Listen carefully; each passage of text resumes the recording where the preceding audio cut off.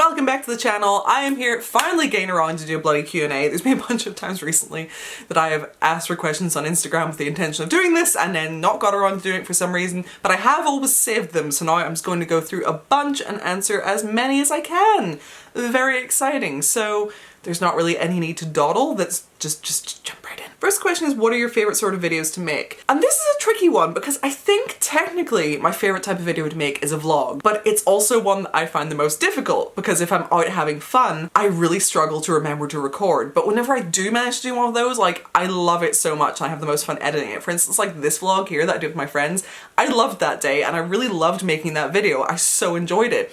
And so I really want to do more things like that, but I just really struggle to because when I'm like out just doing stuff, I just forget. It is so annoying that I'm so easily distracted. But yeah, I think in general, vlogs have always been my favorite, and even like little solo ones, like the time I did this during like quarantine and stuff, I really enjoyed making this little video. They're just fun. Will you be doing a Killstar haul again soon?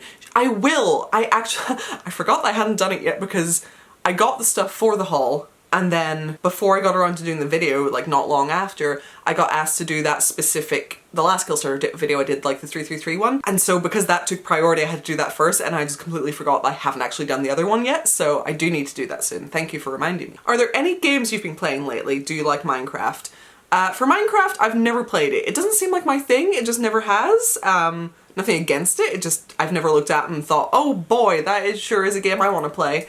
In terms of games I've been playing recently, nothing like sort of sit down, but I have got back into Pokemon Go, like really back into Pokemon Go, and I've been enjoying that. It's just fun, and I got some, like one of my other friends into it, and then some of my friends who used to play and had stopped have like started playing again, so enjoying that. If you could have any superpower or ability, what would you choose? I don't know if I've ever answered this before, but I do have a very specific response to this, and it's like time manipulation, but mostly just being able to pause time. And also there'd be certain conditions to this, but I spend like a lot of time, I'm burnt out a lot. I spend a lot of time extremely burnt out, and it really does take its toll on me. And I think like one of my biggest daydreams is just being able to pause time, because I love the idea of being able to just stop the whole world so I can just rest and sleep like completely guilt-free, because I can't really rest because there's always stuff I'm meant to be doing because I'm always burnt out, I'm always behind, I'm always behind on YouTube, I'm always behind on this and that, so there's always something that I should be doing, so I can't relax. There's never a time, like even if I'm not doing anything,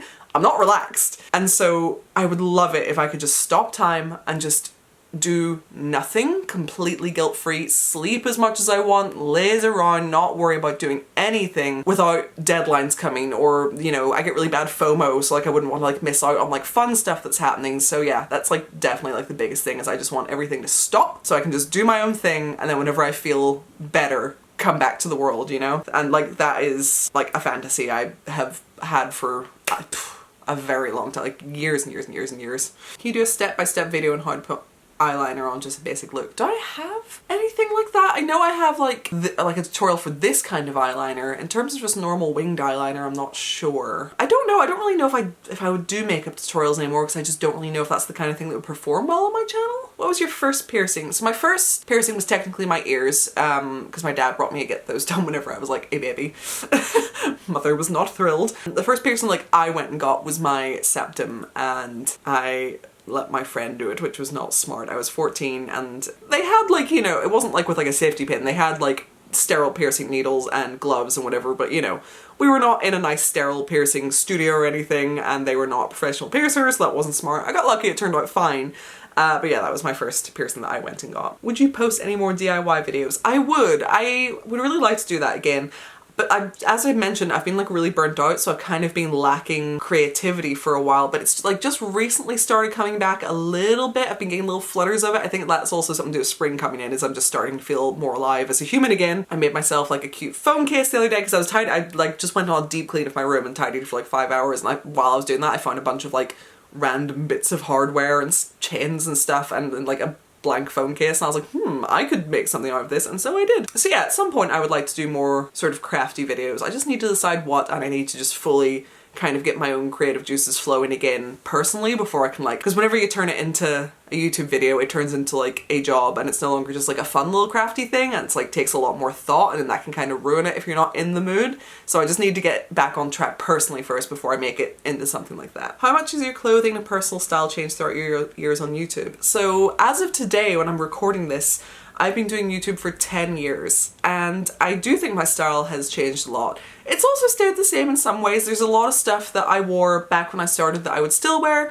There's a lot of stuff I've worn over the years that I wouldn't really wear anymore. I've just started a Vinted in the past 2 weeks. In starting Vinted, I have been rummaging through a lot of clothes, especially clothes I've had just like stored away and in piles and stuff, to find stuff that I don't wear anymore to sell.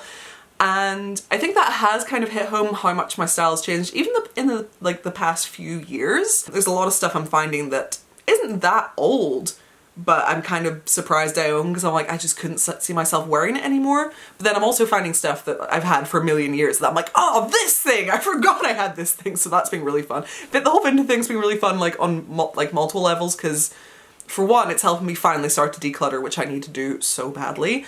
The amount of stuff I have, because I've just been like hoarding it for like over a decade at this point, has started to give me such bad anxiety. There's just too much stuff and it makes me feel very tied down. Like if I need to like up and move somewhere, it would like, it's just too much. So the fact that I've started to declutter, it's like I've only just started. We're just scratching the surface, but the fact that I've started with it now is making me feel a lot better, and I'm feeling very positive about the next few months of just trying to shift a lot of stuff. Can't remember where I was going with this. Oh yeah, but it's been really fun because there's been a mixture of like, you know, finding stuff that just isn't my style anymore, but being able to like send it off to a new home, but then also finding stuff that I've had for like 10 years that I still love, and I'm like, hell yeah! And there's so much of it that I haven't seen in years because it's been in storage, especially since, you know, the whole incident. And it's just really cool because it's stuff that I thought was like lost forever, I've like refound, or things I forgot about that I've found, and I've been like, oh, this thing. Just today, since I moved into this house, I have it here. Here it is. This leg warmer. This leg warmer right here has been sitting in my wardrobe since I moved into this house, and I've never got a chance to wear these, and I've wanted to so bad, and I've torn this house apart looking for the other one, couldn't find it anywhere. It was driving me crazy, and then today I went and grabbed some stuff out of storage and I was rummaging through a box looking for stuff to like, you know, put on Vinted, found the other one, found the other leg warmer. The noise of sheer delight that escaped me. So, gonna be wearing those soon. Very pumped about that. It's weird. It's like scratching the itch of wanting to go shopping without actually spending money, because like it's my own stuff. It's just been so long since I've had it that it's like new again, and it's very fun. Very off topic. What was the original question? How has my style changed? In some ways a lot, in other ways not at all. I have a top that I'm wearing here in this picture when I was like 12 or 13 or something. I think 12, I don't know. I still have that top and still occasionally wear it. So I feel like my style used to lean a lot more cutesy, and I do still like cutesy, but now I feel like my style leans a lot more like grown up and like, I mean, let's not beat around the bush. I dress like a whore.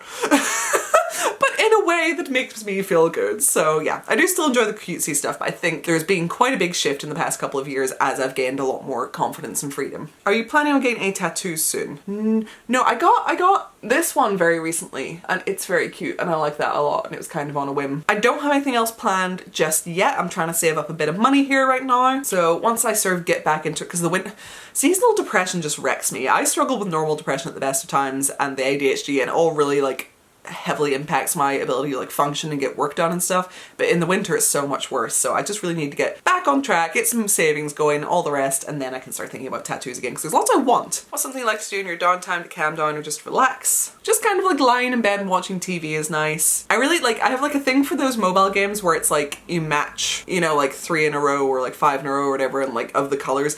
Those kind of things I really enjoy. It's just like a really good way to just turn off my brain. Those are very fun. Whenever I'm in a creative mode, like crafty stuff really helps me relax. So anything like that really. How does it feel seeing people with Sebastian plushes? It's so cute. It makes me really happy every single time. It's just like, it just feels, because I love Sebastian. He is my little boy, and I've had him for almost 10 years, because I've had him for almost as long as I've been doing YouTube. And he's just my little void pit of sunshine, and it's just really cute that like almost 300 people out there also loved him enough to buy a little plush of him, and like that'll be around forever, and it really warms my heart. Spider necklace is from Alchemy Gothic.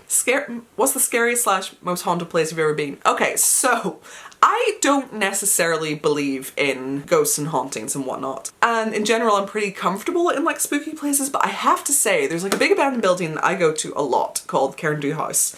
And I've taken like a lot of pictures in there and stuff. Love that place. Love going for a little explore. I've been in there by myself a bunch of times and generally feel pretty comfortable, except there's like too many people go now. And so the thing that's made me uncomfortable is hearing other people in there when I'm in there. That puts me very on edge. And I was there with my friend Fifi once, like this like group of chavs came in and like she didn't even notice because she seemed like a lot more chill about it than me, but I'd picked up like a massive piece of wood, like I just kind of had that behind my back as we were talking to them. I was like, because I don't trust people. So that's my issue with any like scary places, like abandoned places. I'm not afraid of ghosts, I'm afraid of people. I'm afraid to turn around the corner and a person is there.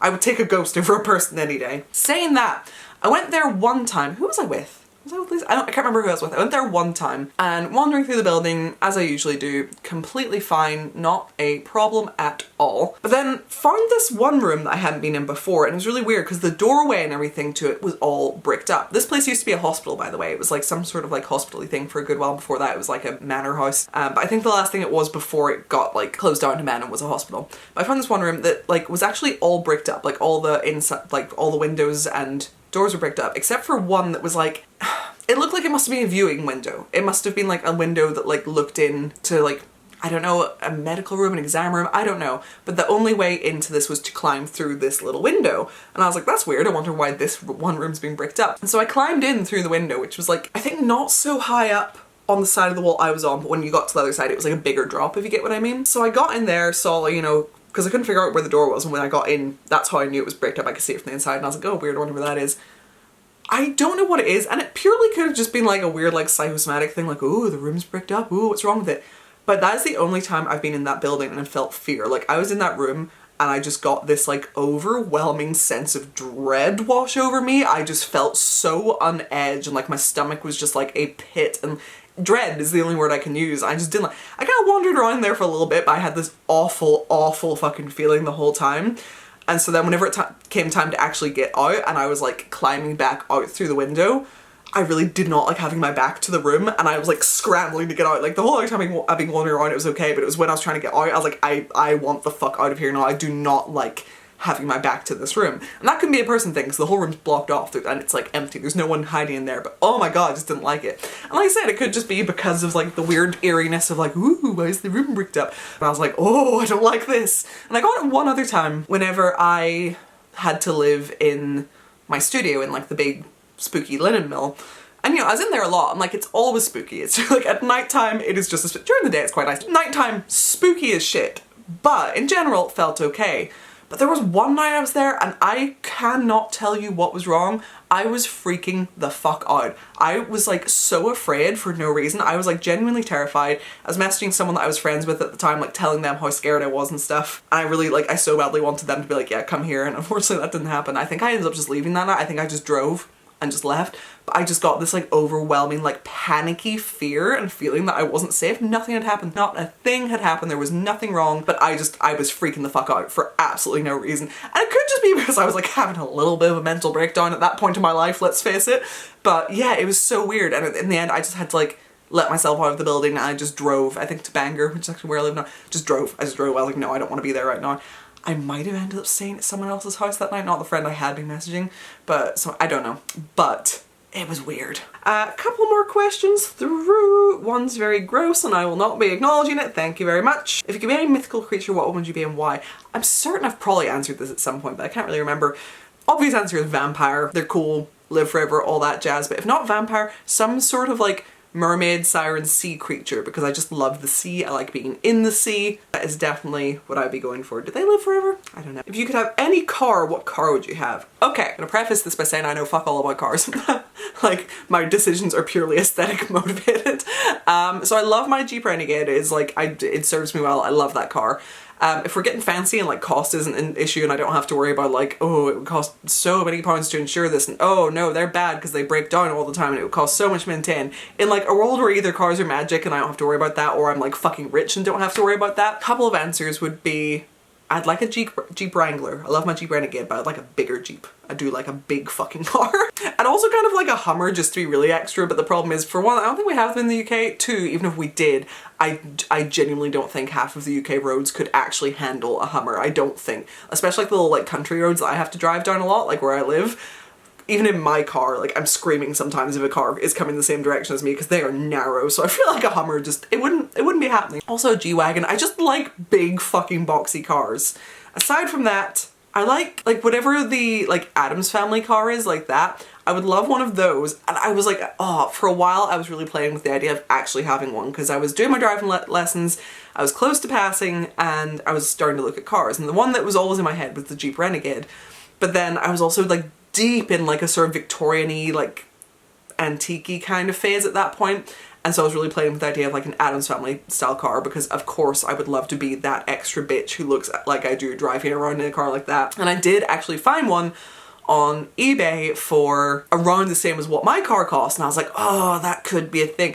But the main problem, other than the fact that, again, I know nothing about cars, who knows how much that thing would cost to maintain, who knows how much it would cost to insure, I don't know what the issues are. I'm thinking purely by that looks cool. But the main issue, you know, outside of things that car people might know, well, for one, it was definitely not automatic, and I was like, I'm done with driving manual, I want a fucking automatic, I don't want to stall anymore.